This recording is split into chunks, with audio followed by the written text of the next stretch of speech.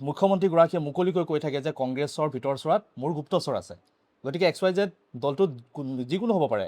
গতিকে আপুনি এগৰাকী সভাপতি হিচাপে দলটোক কাম কৰাৰ ক্ষেত্ৰত আপুনি কিমান প্ৰত্যাহ্বানৰ সন্মুখীন হৈছে, কিমান কঠিন হৈছে আপোনাৰ কাৰণে? এইটো ডাঙৰ কথা কি আছে? আপুনি বিজেপি দলৰ খবৰ নাপায় নেকি? আমিওতো পাই থাকোঁ। যিদৰে সাংবাদিকসকলে প্ৰত্যেক দলৰ ভিতৰৰ খবৰ পাই থাকে, প্ৰত্যেক দলৰ নেতৃত্বৰ বেলেগ বেলেগ দলৰ কথাবোৰ পাই থাকে। আমিও কথা পাতি থাকোঁ বা পাই থাকোঁ। কিন্তু ইয়াৰলৈ একো ডাঙৰ কথা নহয়। এইটো বিজেপিটো আপোনাৰ আছে নেকি কোনোবা? চবতে চবৰ আছে, চবতে চবৰ আছে। খবৰ পাই ডাঙৰ কথা কি আছে? আপোনালোকে ব্ৰেকিং নিউজ নাপায়, ভিতৰীয়া খবৰ নাপায়। কিন্তু সেইকাৰণে মানে এইটো একো নতুন কথা নহয়। আগৰ পৰাই আমি চব খবৰ পাই থাকে।